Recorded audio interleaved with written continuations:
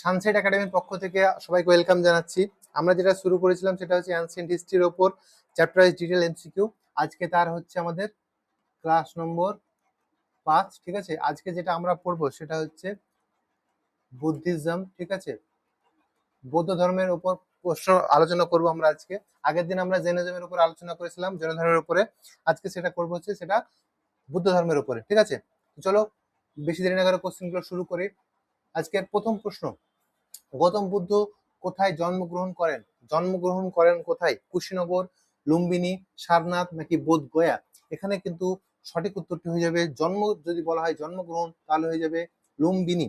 বাকি অপশনগুলো যদি দেখি তাহলে কি, কুশীনগরে কি ছিল? কুশীনগরে করেছিল হচ্ছে দেহ ত্যাগ, ঠিক আছে, বা মারা যান। সারনাথে কি হয়েছিল? সারনাথে প্রথম ধর্মপ্রচার করেছিলেন, প্রথম ধর্মপ্রচার করেছিলেন তিনি। ঠিক আছে, বোধগয়াতে কি ছিল? বোধগয়াতে দিব্যজ্ঞান লাভ করেছিলেন, তাই তো? ঠিক আছে, এটা হচ্ছে। আর লুম্বিনীতে জন্মগ্রহণ করেছিলেন। হয়ে গেল 1 নম্বর প্রশ্ন। তো চলো পরবর্তী প্রশ্ন, বুদ্ধের ঘোড়ার নাম কি? গৌতম বুদ্ধের ঘোড়ার নাম কি ছিল? কণ্ঠক, কস্তক, কেশরী নাকি চেতক? সঠিক উত্তরটি হয়ে যাবে কিন্তু কণ্ঠক। ঠিক আছে, আচ্ছা, এখানে যদি ঘোড়ার নাম এটা ছিল, কিন্তু রথ যে চালক ছিল সেই চালকের নাম কি ছিল? সেই চালকের নাম ছিল, চালক কে ছিল? চালকের নাম চান্না, তাই তো? চালকের নাম ছিল চান্না। ঠিক আছে, যখন গৃহত্যাগ করেছিল তখন কিন্তু ইনি সঙ্গে ছিলেন। ঠিক আছে, আর সঙ্গে ছিল কন্তক নামক ঘোড়া। আর একটা ঘোড়া আছে, সেটার নাম হচ্ছে আলেকজান্ডারের। ঠিক আছে, আলেকজান্ডারের বিশ্ববিখ্যাত একটা ঘোড়া আছে। যেহেতু ঘোড়ার প্রশ্ন, সেই ঘোড়ার নামটা বলে দিই, সেটা হচ্ছে কি বুকে ফেলাস। বুকে বুকে ফেলাস, তাই তো? পিএইচ দেওয়া যাবে, বুকে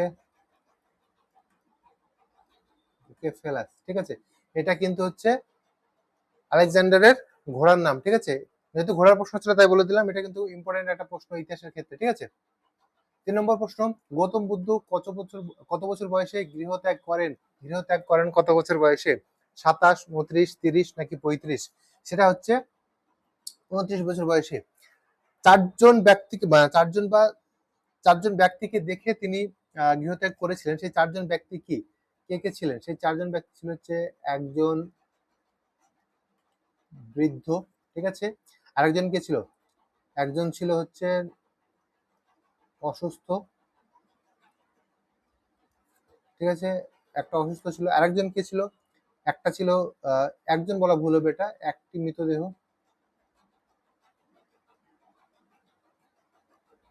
একটি মৃতদেহ। ঠিক আছে, আর একটা ছিল হচ্ছে আর একজন তপস্বী, আর একজন তপস্বী। ঠিক আছে, এই চারজনকে দেখে তিনি কিন্তু গৃহত্যাগ করেছিলেন। ঠিক আছে, পরবর্তী প্রশ্ন চলে যায় 4 নম্বর প্রশ্ন, বুদ্ধ কোন নদীর তীরে দিব্য জ্ঞান লাভ করেন, এনলাইটমেন্ট লাভ করেন? গঙ্গা, সরস্বতী, নিরঞ্জনা নাকি যমুনা? এখানে সঠিক উত্তর হয়ে যাবে কিন্তু নিরঞ্জনা। ঠিক আছে, আচ্ছা, এখানে একটা বলা যায় যে এই যে নীলাঞ্জনা বা দিব্যজ্ঞান লাভ করেছিলেন সেই জায়গাটা কোথায়? সেই স্থান যদি বলি, স্থানটা কোথায় ছিল? সেই স্থান হবে হচ্ছে কিন্তু আপনার হচ্ছে আহ বুদ্ধ গয়া বা হচ্ছে বোধ গয়া। ঠিক আছে, বোধ গয়া। ঠিক আছে, আর যে গাছের তলায় করেছিল, গাছের তলায় করেছিল বসে দিব্যজ্ঞান লাভ করেছিল, সেটা হচ্ছে কি অশ্বত্থ গাছ। অশ্বত্থ, অশ্বত্থ গাছ। এটাকে কি বলা হয়? সেটাকে বলা হচ্ছে, এই যে গাছটা সেটাকে বলে বোধি বৃক্ষ, বা আরেকটা বলা হয় সেটা হচ্ছে বোধি দ্রুম, তাই তো? ঠিক আছে, আচ্ছা, এই এনলাইটমেন্ট কিন্তু মহাবীর যে নদীর তীরে করেছিল সেটার নাম হচ্ছে কিন্তু রিজু পালিকা। ঠিক আছে, এটা হচ্ছে মহাবীর। ঠিক আছে, হাতের লেখা একটু অতিরিক্ত খারাপ আমার, তার উপরে এই পেন ট্যাবে ঠিক হাতের লেখা আরো অতিরিক্ত খারাপ হয়ে যাচ্ছে, তো এটা একটু ম্যানেজ করে নিও। পরবর্তী প্রশ্ন, বুদ্ধের প্রথম ধর্ম উপদেশ প্রদান কি নামে পরিচিত? মহাপরিনির্বাণ, ধর্মচক্র প্রবর্তন, মহাবিনিষ্ক্রমণ নাকি বোধিসত্ত্ব। ঠিক আছে, এখানে সঠিক উত্তর, যেহেতু ধর্ম উপদেশ প্রদান বলেছে, তাহলে আমাদের এখানে হয়ে যাবে কিন্তু যে চক্র, সেটা হচ্ছে কি ধর্মচক্র প্রবর্তন। ঠিক আছে, তাহলে বাকিগুলো আমরা যদি একবার দেখে নিই যে মহাপরিনির্বাণটা কি। মহাপরিনির্বাণটা হচ্ছে মৃত্যু বা দেহত্যাগ। দেহত্যাগ, ঠিক আছে। মহাভিনিষ্ক্রমণ মানে কি? মহাভিনিষ্ক্রমণ মানে হচ্ছে গৃহত্যাগ, বাড়ি ছেড়ে যে চলে যায় সেই ঘটনাটা হচ্ছে মহাবিনিষ্ক্রমণ। মৃত্যুটা হচ্ছে মহাপরিনির্বাণ। ধর্মচক্র প্রবর্তন হচ্ছে এটা ধর্মোপদেশ দেয় সেটা, ঠিক আছে। আর যে বোধিসত্ত্ব সেটা হচ্ছে কিন্তু দিব্য জ্ঞান লাভ করে, যেটা সেটা হচ্ছে দিব্য জ্ঞান লাভ করাটা, সেটাকে বলা হচ্ছে বোধিসত্ত্ব। ঠিক আছে, তাহলে মহাপরিনির্বাণ হচ্ছে মৃত্যু, ধর্মচক্র প্রবর্তন হচ্ছে ধর্মোপদেশ দান করা, মহাবিনিষ্ক্রমণ মানে হচ্ছে গৃহত্যাগ, আর বোধিসত্ত্ব হচ্ছে দিব্য জ্ঞান লাভ করা। ঠিক আছে, পরবর্তী প্রশ্ন, গৌতম বুদ্ধ কোথায় দেহত্যাগ করেছিলেন? সারনাথ, কুশীনগর, পাভাপুরী নাকি বৈশালী? এখানে সঠিক উত্তরটি হয়ে যাবে কিন্তু আমাদের কুশীনগর। ঠিক আছে, কুশীনগরের কোথায়? কুশীনগরটা হচ্ছে কিন্তু বর্তমানে যে গোরখপুর রয়েছে, সেই গোরখপুরের কাছে হচ্ছে কুশীনগর। ঠিক আছে, আচ্ছা, সারনাথে তো প্রথম যে বললাম একটু আগে, প্রথম ধর্মোপদেশ দিয়েছিল যে সারনাথে। পাভাপুরী বা পাবাতে মহাবীর মারা যান, পাবাতে। ঠিক আছে, তো চলো পরবর্তী প্রশ্ন, বৌদ্ধ ধর্মের পবিত্র গ্রন্থ কোনটি? আগম, ত্রিপিটক, কল্পসূত্র নাকি জাতক? এখানে সঠিক উত্তরটি হয়ে যাবে কিন্তু ত্রিপিটক। ঠিক আছে, কল্পসূত্রটা কি? কল্পসূত্রটা হচ্ছে জৈনদের আদি শাস্ত্র। ঠিক আছে, আদি শাস্ত্র গ্রন্থ। ঠিক আছে, আচ্ছা, জাতক কি? জাতকের ব্যাপারে পরবর্তীতে আলোচনা করব। ঠিক আছে, তো এটা হয়ে গেল। পরবর্তী প্রশ্ন চলে যায় আমরা। 8 নম্বর প্রশ্ন, ত্রিপিটক কোন ভাষায় রচিত? ত্রিপিটক কোন ভাষায় রচিত? সংস্কৃত, পালি, প্রাকৃত নাকি অর্ধমাগধী? এখানে সঠিক উত্তরটি হয়ে যাবে কিন্তু পালি। ঠিক আছে, ত্রিপিটক যদি বলা হয় তাহলে হয়ে যাবে পালি। আর এই যে প্রাকৃত বা অর্ধমাগধী, এটা হচ্ছে জৈনদের ভাষা বা মহাবীরের ভাষা। এই ভাষায় যেটা রচিত সেটি হচ্ছে কিন্তু দ্বাদশ অঙ্গ। দ্বাদশ অঙ্গ বা হচ্ছে যেটা, সেটা হচ্ছে সিদ্ধান্ত। ঠিক আছে, এটা হচ্ছে এই ভাষায়। ঠিক আছে, পরবর্তী প্রশ্ন চলে যায়, প্রথম বৌদ্ধ সম্মেলন কোথায় অনুষ্ঠিত হয়েছিল? প্রথম বৌদ্ধ সম্মেলন, প্রথম বৌদ্ধ সম্মেলন কোথায় অনুষ্ঠিত হয়েছিল? বৈশালী, রাজগৃহ, পাটলিপুত্র বা কাশ্মীর? সঠিক উত্তরটি হয়ে যাবে কিন্তু আমাদের রাজগৃহ। ঠিক আছে, রাজগৃহ হচ্ছে আমাদের প্রথম, তাই তো? রাজগৃহ হচ্ছে ফার্স্ট। ঠিক আছে, সালটা যদি জিজ্ঞেস করি কততে, সেটা হবে কিন্তু 383 বিসি বা খ্রিস্টপূর্বাব্দ। ঠিক আছে, তাহলে দ্বিতীয়, তৃতীয়, চতুর্থ সবগুলো যদি আমরা দেখি, তাহলে প্রথম হচ্ছে রাজগৃহ। ঠিক আছে, দ্বিতীয় হচ্ছে কিন্তু বৈশালী, এটা হচ্ছে কিন্তু সেকেন্ড। ঠিক আছে, এটা কততে হয়েছিল? এটা হয়েছিল আমাদের 250-এ। সরি, একটু গন্ডগোল হয়েছে। এটা হচ্ছে 483, প্রথমটা 483 বিসি, এটা হচ্ছে 383 খ্রিস্টপূর্বাব্দ। ঠিক আছে, আচ্ছা, বৈশালী। তৃতীয়টি হচ্ছে পাটালিপুত্র। ঠিক আছে, এটা হচ্ছে থার্ড, এটা হয়েছিল 250 বিসিতে।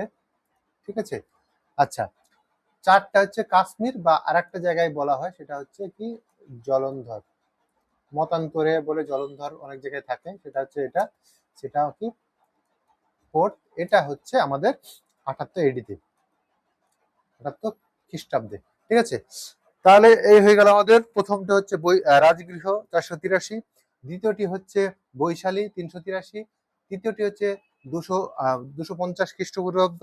ঠিক আছে, চতুর্থটি হচ্ছে কাশ্মীর বা জলন্ধরে 78, সরি এবি করে দিয়েছি, এডি। ঠিক আছে, এডি।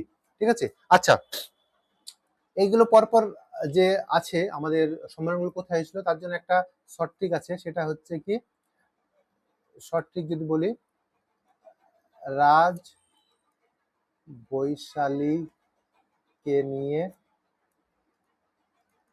রাজ বৈশালীকে নিয়ে পাটলিপুত্র পুত্র ও কাশ্মীর ঘুরতে গেছে, ঠিক আছে। এখানে কিন্তু যদি আমি কালারটা একটু চেঞ্জ করে নিই তাহলে বোঝাতে সুবিধা হবে। সেটা হচ্ছে আমাদের যে রাজ ফর রাজগৃহ, বৈশালীকে 2 হচ্ছে বৈশালীতে, ঠিক আছে। পাটালিপুত্র 3 মানে হচ্ছে পাটলিপুত্র, কাশ্মীর সেটা কাশ্মীর, তাহলে কি রাজ বৈশালীকে নিয়ে পাটালিপুত্র এবং কাশ্মীরে ঘুরতে গেলেন। তাহলে ঠিক আছে, হয়ে গেল আমাদের যে 4টি, সেই 4টি, ঠিক আছে। আচ্ছা, পরবর্তী প্রশ্ন চলে যাই। কনিষ্কের আমলে কোন বৌদ্ধ সম্মেলন ঘটে? কনিষ্কের আমলে, কার আমলে? কনিষ্কের আমলে, সরি, কনিষ্কের আমলে কোন বৌদ্ধ সম্মেলন হয়? প্রথম, দ্বিতীয়, তৃতীয়, চতুর্থ। কনিষ্কের আমলে হয় হচ্ছে চতুর্থ, ঠিক আছে। আচ্ছা, কনিষ্কের আমলে যদি এটা হয় তাহলে প্রথম কার আমলে হয়েছিল? প্রথম আমলে হয়েছিল সেটা হচ্ছে অজাত শত্রু, ঠিক আছে, 483, ঠিক আছে। দ্বিতীয়টি কার আমলে হয়েছিল? কালাশোক, কালাশোক বা কাকবর্ণ, ঠিক আছে, কততে? 383 বিসিতে, ঠিক আছে। তৃতীয়টি কোথায় হয়েছিল কার আমলে? সেটা হচ্ছে অশোকের আমলে, সেটা কততে? সেটা হচ্ছে 250 বিসিতে। চতুর্থটা কততে হলো? সেটা হচ্ছে আমাদের 78 ঠিক আছে, ঠিক আছে। একটু আগের যে কোশ্চেনটা আলোচনা করলাম আমরা, সেখানেও করা হয়েছে, আবার এখানেও বলে দিলাম, ঠিক আছে। চলো পরবর্তী প্রশ্ন। তাহলে কি প্রথমটা হচ্ছে অজাতশত্রু, দ্বিতীয়টা হচ্ছে কালাশোক বা কাকবর্ণ, তৃতীয়টি হচ্ছে অশোকের, চতুর্থটা হচ্ছে কনিষ্কের আমলে, ঠিক আছে। পরবর্তী প্রশ্ন, প্রথম বৌদ্ধ সম্মেলনের সভাপতি কে ছিল? সবগুলোতে আলোচনা করলাম কিন্তু আমরা তো সভাপতিটা আলোচনা করিনি, তাহলে সভাপতিটা বলে দিই। সাবাকামী, মহাকাশ্যপ, মাগলিপুত্র তিসা নাকি বসুমিত্র? প্রথম বৌদ্ধ সম্মেলনের সভাপতি ছিল হচ্ছে আমাদের মহাকাশ্যপ, ঠিক আছে। এটা হচ্ছে ফার্স্ট, এ ছিল ফার্স্টের, ঠিক আছে। সাবাকামী ছিল হচ্ছে সেকেন্ডের, মাগলিপুত্র তৃষা এটা হচ্ছে থার্ড, যিনি উপগুপ্ত নামেও পরিচিত ছিল, আর চতুর্থ হচ্ছে বসুমিত্র, ঠিক আছে। এটা হচ্ছে চতুর্থ, ঠিক আছে। আর এখানে সহ সভাপতি ছিল, তার নাম হচ্ছে অশ্বঘোষ, ঠিক আছে। আর বাকিগুলো তো বলে দিলাম। প্রথমটা হয়েছিল মহাকাশ্যপ, অজাতশত্রুর আমলে মহাকাশ্যপ সভাপতি। দ্বিতীয়টি হয়েছিল আমাদের কালাশোক বা কাকবর্ণ, সভাকামী হচ্ছে তার সভাপতি। তৃতীয়টি হয়েছিল অশোকের আমলে, তার উপগুপ্ত ছিল আমাদের সভাপতি। চতুর্থটি হয়েছিল হচ্ছে কনিষ্কের আমলে, যেটি হচ্ছে বসুমিত্র ছিল তার সভাপতি, সহসভাপতি ছিল হচ্ছে অশ্বঘোষ, ঠিক আছে। তো চলো পরবর্তী প্রশ্ন চলে যায়। বুদ্ধ শব্দের অর্থ কি? বিজয়ী, জ্ঞানী বা প্রবুদ্ধ, শক্তিশালী নাকি ধার্মিক? এখানে সঠিক উত্তর হয়ে যাবে কিন্তু জ্ঞানী বা প্রবুদ্ধ, ঠিক আছে। পরবর্তী প্রশ্ন, এশিয়ার আলো, লাইট অফ এশিয়া কাকে বলা হয়? মহাবীর, অশোক, গৌতম বুদ্ধ, চন্দ্রগুপ্ত মৌর্য, ঠিক আছে। এখানে সঠিক উত্তরটি হিসেবে কিন্তু গৌতম বুদ্ধ। আচ্ছা, আমি যদি ভুল না করি তাহলে রবীন্দ্রনাথ ঠাকুর, রবীন্দ্রনাথ ঠাকুর গৌতম বুদ্ধকে বুদ্ধকে শ্রেষ্ঠ মানব বলেছিলেন।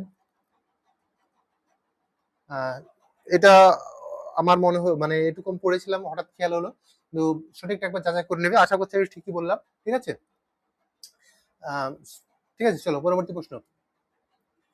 কোন শাসক বৌদ্ধ ধর্মের প্রসারে সর্বাধিক অবদান রাখেন? বিম্বিসার, অশোক, পুষ্যমিত্র, শুঙ্গ নাকি সমুদ্রগুপ্ত? এখানে কিন্তু সঠিক উত্তরটি হয়ে যাবে অশোক, ঠিক আছে। পরবর্তী প্রশ্ন, বৌদ্ধের পূর্বজন্মের কাহিনী কোথায় বর্ণিত রয়েছে? বিনয় পিটক, সত্য পিটক, অভিধর্ম পিটক নাকি জাতক? পূর্বজন্মের কথা যদি বলা হয় তাহলে হয়ে যাবে অ্যান্সার জাতক। জাতক মানে হচ্ছে পূর্বজন্মের কাহিনী, বুদ্ধের আগের যে জন্মের আগের যে সমস্ত হয়েছে সেটি হচ্ছে, এটা হচ্ছে জাতক। তাহলে এগুলো কি? বিনয় পিটক, সত্য পিটক, অভিধর্ম পিটক কি সেটা যদি একবার দেখে নিই তাহলে সত্য পিটক যেটি সেটা হচ্ছে বুদ্ধের বাণী, বুদ্ধের বাণী সেটি হচ্ছে সত্য পিটক। অভিধর্ম পিটক কি হচ্ছে? অভিধর্ম পিটক হচ্ছে যে দার্শনিক ধারণাগুলো আছে, দার্শনিক ধারণা, তাদের ব্যাখ্যাগুলি রাখা আছে এখানে, মানে বলা আছে অভিধর্ম পিটকে। আর বিনয় পিটকে যেটা বলা আছে সেটা হচ্ছে পালনীয় কর্তব্য, আর তার সাথে সাথে আরেকটা জিনিস সেটা হচ্ছে সঙ্গের নীতি, সঙ্গের নীতি। ঠিক আছে, চলো পরবর্তী প্রশ্ন চলে যাই। মিলিন্দ পানহা, মিলিন্দ পানহা কি? এটি বৌদ্ধ মঠ, এটি বৌদ্ধ ধর্মগ্রন্থ, বৌদ্ধের জীবনী, নাকি জৈন ধর্মগ্রন্থ? এটা কিন্তু একটি বৌদ্ধ ধর্মগ্রন্থ। মিলিন্দ পানহা একটি জৈন ধর্মগ্রন্থ, সরি বৌদ্ধ ধর্মগ্রন্থ। ঠিক আছে। 17, বৌদ্ধ ধর্মের কয়টি আর্য সত্য? একদম ডিরেক্ট বলা আছে, নোবেল ট্রুথস, ডিরেক্ট বলা আছে যে আর্য সত্য কয়টি? 3টি, 4টি, 5টি, নাকি 8টি? এখানে সঠিক উত্তর আর্য সত্য হচ্ছে 4টি। ঠিক আছে, আর্য সত্যের কথা যদি বলা হয় সেটা হচ্ছে 4টি। 4টি কি কি? লেখা যাবে না, অনেকটা বড়, তাও একবার বলে দিই। 1 নম্বর হচ্ছে ইহা জগৎ দুঃখময়। ঠিক আছে। 2 নম্বর হচ্ছে কামনা, বাসনা, তৃষ্ণা, আসক্তি হলো দুঃখের কারণ, এটা হচ্ছে 2 নম্বর। 3 নম্বর কি বলা আছে? 3 নম্বরে বলা আছে দুঃখের কারণগুলি ধ্বংস করে দুঃখের হাত থেকে নিষ্কৃতি পাওয়া যায়। 4 নম্বরে কি বলেছে? এই কারণগুলি ধ্বংসের উপায় আছে। এই যে 4টি কথা, এই 4টি কথা কিন্তু আর্য সত্য নামে পরিচিত। ঠিক আছে। আর একটা জিনিস আছে, সেটা হচ্ছে 3টি, যেটা সেটা হচ্ছে কিন্তু ত্রিরত্ন, সেটাও কিন্তু রয়েছে। ঠিক আছে। আগের দিনের ক্লাসে কিন্তু আমরা আলোচনা করেছিলাম জৈন ধর্মের ক্লাসে। ঠিক আছে, এটা কি? বুদ্ধ ধর্ম, আর একটা কি? সংঘ। এটা হচ্ছে কিন্তু বৌদ্ধ ধর্মের ত্রিরত্ন। ঠিক আছে। আগে যে জৈন ধর্মের ক্লাসটা করেছি সেটা একবার দেখে নেবে যদি ওটা না দেখে থাকো। ঠিক আছে। 18 নম্বর প্রশ্ন চলে যাবো আমরা। 18 নম্বর প্রশ্ন, গৌতম বুদ্ধের সমসাময়িক মগধের রাজা কে ছিল? গৌতম বুদ্ধের সমসাময়িক মগধের রাজা বিম্বিসার, মহাপদ্মনন্দ, চন্দ্রগুপ্ত মৌর্য, নাকি বিন্দুসার? এখানে সঠিক উত্তরটি হয়ে যাবে কিন্তু বিম্বিসার। ঠিক আছে। এই যে বিম্বিসার, এই বিম্বিসার কিন্তু আমাদের গৌতম বুদ্ধ এবং মহাবীর দুজনেরই প্রায় সমসাময়িক ছিলেন। ঠিক আছে। চলো পরবর্তী প্রশ্ন চলে যাই আমরা। আচ্ছা, বিম্বিসার আর বিন্দুসারের মধ্যে যদি কনফিউশন লেগে যায় তাহলে বলে দিই, বিম্বিসার আর বিন্দুসার। ঠিক আছে। বিম্বিসারে এম আছে, বিন্দুসারে এন আছে। ঠিক আছে। তো এমটা আগে আসে, তাই যখনই কোনো একটা তুমি টাইম লাইন পড়বে তখন দেখবে বিম্বিসারটা আগে থাকবে, বিন্দুসারটা হবে পরে। ঠিক আছে। চলো পরবর্তী প্রশ্ন, বৌদ্ধ ভিক্ষুকদের বসবাসের স্থানকে কি বলা হয়? এটা একটু ডেপথের দিকে চলে গেল বা একটু অ্যাডভান্স লেভেলে গেল। ঠিক আছে। ভিক্ষুকদের বসবাসের স্থানকে কি বলা হয়? স্তূপ, বিহার, চৈত্য, নাকি মন্দির? ঠিক আছে। এখানে যদি আমি বলে থাকি সঠিক উত্তরটি হয়ে যাবে বসবাসের স্থানকে বিহার বলা হয়। বিহার কথার অর্থটা এরকম বিহার না, ইংলিশে যদি টার্মটা লিখি তাহলে হচ্ছে বিহারা। ঠিক আছে, বিহারা এটা হচ্ছে আসল টার্ম। ঠিক আছে। এটাকে আরেকটা ওয়ার্ড বলা হয়, সেটা হচ্ছে আরামা। ঠিক আছে, আরামা, এটা বলা হয় বৌদ্ধদের বসবাসের স্থানকে। ঠিক আছে। আচ্ছা, এই স্তূপ বা স্তূপা যেটা আর কি, ঠিক আছে, স্তূপা এই একটা ওয়ার্ড আছে, সেটা হচ্ছে Buddhist structure, PURA, Buddhist structure. ঠিক আছে, যেটা বিল্ড হয়, ঠিক আছে, build on ashes of Buddha, in on ashes, ছায়ের উপরে। ঠিক আছে, কাজ হচ্ছে অফ বুদ্ধা, বুদ্ধা। ঠিক আছে। আচ্ছা, চৈত্য যদি কথা বলি, এই চৈত্যটা হচ্ছে CHAITYA। চৈত্য যদি কথা বলি তাহলে এটার নাম হচ্ছে প্রেয়ার হল। প্রেয়ার হলকে বলা হয় চৈত্য। এগুলো ইংলিশ টার্ম, যেটা হচ্ছে উপাসনা, উপাসনা গৃহ, উপাসনা গৃহ। ঠিক আছে। তো চলো পরবর্তী প্রশ্ন চলে যাই। বৌদ্ধ ধর্মের কোন সম্মেলনে হীনযান ও মহাযান এই দুটি স্পষ্ট শাখায় বিভাজন ঘটে? হীনযান ও মহাযান এটির প্রথম, দ্বিতীয়, তৃতীয়, নাকি চতুর্থ বৌদ্ধ সম্মেলনে আমাদের বিভাজন ঘটে? সেটি হয়েছিল কিন্তু চতুর্থ বৌদ্ধ সম্মেলনে। চতুর্থ বৌদ্ধ সম্মেলন কবে হয়েছিল? 78 এডি। কে ছিল 78 এডি? কার আমলে? সেটা হচ্ছে কনিষ্কের আমলে। ঠিক আছে। ঠিক আছে। আচ্ছা, হীনযান আর মহাযানের মধ্যে পার্থক্যর কথা যদি বলি, ঠিক আছে, এই হীনযান হচ্ছে মোটামুটি বলা যায় যে প্রাচীনপন্থী, ঠিক আছে। এরা যে পুজোটা করতো সেটা হচ্ছে বুদ্ধের খড়মের পুজো করতো। আর মহাযান যাদেরকে বলা হয় সেটা হচ্ছে সংস্কারপন্থী, সংস্কারপন্থী এবং এরা এরা যেটা করতো সেটা হচ্ছে বুদ্ধের মূর্তি পূজা করতো, বুদ্ধের মূর্তি পূজা, ঠিক আছে। পার্থক্যটা কি তাহলে? হীনযানরা ছিল প্রাচীনপন্থী এবং তারা হচ্ছে বুদ্ধের খড়মের পূজাতে বিশ্বাসী, ঠিক আছে। মহাযানের ক্ষেত্রে হচ্ছে এরা সংস্কারপন্থী এবং এরা বুদ্ধের মূর্তি পূজার সপক্ষে, ঠিক আছে। এটা খড়মের সপক্ষে আর এটা হচ্ছে বুদ্ধের মূর্তি পূজার সপক্ষে, ঠিক আছে। আচ্ছা, এখান থেকে আর একটা প্রশ্ন হয়, সেটা হচ্ছে যে কার আমলে, কার আমলে, প্রশ্ন যেটা হয় কার আমলে বা কোন রাজার আমলে, ঠিক আছে, কোন রাজার আমলে বুদ্ধকে ঈশ্বর রূপে পূজ্য করা হয়, ঈশ্বর রূপে পুজো করা শুরু হয়, ঠিক আছে, বা শুরু হয় বা পূজিত হয়, ঠিক আছে। সেটা কিন্তু সঠিক উত্তর হয়ে যাবে কিন্তু কনিষ্ক, ঠিক আছে। কনিষ্ক কিন্তু সঠিক উত্তর, ঠিক আছে।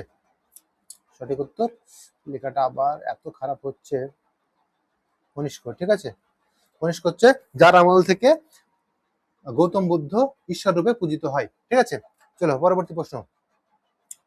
বুদ্ধ এবং মহাবীর উভয়ে কার রাজত্বকালে মারা যান? বিম্বিসার, অজাতশত্রু, উদয়ন নাকি দশরথ? সঠিক উত্তরটা হবে কিন্তু অজাতশত্রু। বুদ্ধ এবং মহাবীর এই দুজনে কিন্তু অজাতশত্রু আমলে, অজাতশত্রুর রাজত্বকালে মারা যায়। এটা কিন্তু খুব একটা গুরুত্বপূর্ণ প্রশ্ন, ঠিক আছে। পরবর্তী প্রশ্ন। নিম্নলিখিত কোনটি বৌদ্ধ ধর্মের কোন সম্প্রদায় নয়? মহাযান, হীনযান, থেরবাদ নাকি দিগম্বর? আমরা সঠিকভাবে জানি বৌদ্ধদের ভাগ মেনলি ভাগ মহাযান, হীনযান, আর জৈন ধর্মের হচ্ছে দিগম্বর। যেহেতু জৈন ধর্মের দিগম্বর জানি, তাহলে কিন্তু সঠিক উত্তরটা আমাদের হয়ে যাবে কিন্তু দিগম্বর, ঠিক আছে। আচ্ছা, দিগম্বরটা সঠিক উত্তর, যেটা আছে এটা কোনো বৌদ্ধ ধর্মের সম্প্রদায় নয়, ঠিক আছে। পরবর্তী প্রশ্ন যদি যাই, নিম্নলিখিত কোনটি বৌদ্ধ ধর্মের অষ্টাঙ্গিক মার্গের অন্তর্ভুক্ত নয়? অষ্টাঙ্গিক মার্গের অন্তর্ভুক্ত নয়। সৎ বাক্য, সৎ বাসনা, সৎ সংকলন নাকি সৎ কর্ম, ঠিক আছে। আমরা যদি বলি সৎ বাসনা, যেটি আমাদের অষ্টাঙ্গিক মার্গ, সেই অষ্টাঙ্গিক মার্গে কিন্তু সৎ বাসনাটা নেই, ঠিক আছে। সৎ বাক্য রয়েছে, সৎ সংকলন রয়েছে, আবার হচ্ছে সরি সৎ বাক্য রয়েছে আমাদের, ঠিক আছে। তারপর হচ্ছে সৎ সংকলন রয়েছে, সৎ কর্ম রয়েছে, আর যেটা রয়েছে সেটা হচ্ছে সৎ জীবন, ঠিক আছে। তারপর হচ্ছে সৎ চেষ্টা, ঠিক আছে। আর একটা যেটা আছে সতের, সেটা হচ্ছে সৎ স্মৃতি, ঠিক আছে, সৎ স্মৃতি যেটা আর কি। আর যেটা তিনটে আছে সম্যক দৃষ্টি, সমান দৃষ্টি যেটা, ঠিক আছে। আচ্ছা, সম্যক দৃষ্টি হলো সম্যক, আর একটা কি হবে সমাধি, ঠিক আছে, সমাধি। তাহলে ধরো সৎ বাক্য, সৎ সংকলন, সৎকর্ম, সৎজীবন, সৎচেষ্টা, সৎস্মৃতি আর সম্যক দৃষ্টি, সম্যক সমাধি, এই আটটা হচ্ছে অষ্টাঙ্গিক মার্গ, ঠিক আছে। তো চলো পরবর্তী প্রশ্ন। গৌতম বুদ্ধের গুরু কে ছিলেন? কপিলা, আলার কামা, পানিনি নাকি পতঞ্জলি? সঠিক উত্তরটা কিন্তু আলার কালাম, আলারা কালাম বা আলার কামা, এটি সর্ব জায়গায় প্রচলিত নাম, আলার কামা, ঠিক আছে। এটা হচ্ছে গৌতম বুদ্ধের গুরু, ঠিক আছে। 25 নম্বর প্রশ্ন, একটু অ্যাডভান্স লেভেলের প্রশ্ন। অশোকের রুম্মিনদেই স্তম্ভ, রুম্মিনদেই স্তম্ভ গৌতম বুদ্ধের জীবনের কোন ঘটনাকে চিহ্নিত করে? জন্ম, প্রথম ধর্মোপদেশ, দিব্যজ্ঞান লাভ নাকি মৃত্যু? সঠিক উত্তরটি হয়ে যাবে কিন্তু জন্ম। এই জন্ম, রুম্মিনদেই যে স্তম্ভ, সেই স্তম্ভে কিন্তু হচ্ছে এই রুম্মিনদেই স্তম্ভ, সেটা কিন্তু গৌতম বুদ্ধের জন্মকে জন্ম ঘটনাকে চিহ্নিত করে, ঠিক আছে। এখানে আর একটা বৌদ্ধ ধর্মের আর একটা প্রদর্শন আছে বৌদ্ধ ধর্মের, ঠিক আছে। সেটা হচ্ছে বৌদ্ধ ধর্মের নিদর্শন আর কি, ঠিক আছে। খুব মানে ফেমাস নিদর্শন আর কি, ঠিক আছে। সেটি হচ্ছে কিন্তু অজন্তা,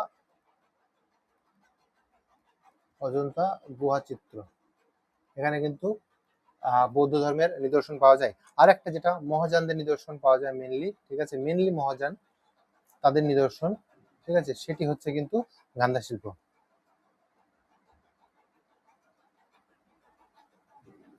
গান্ধার শিল্প, ঠিক আছে। এটি হচ্ছে কিন্তু মহাযানদের একটি নিদর্শন, ঠিক আছে।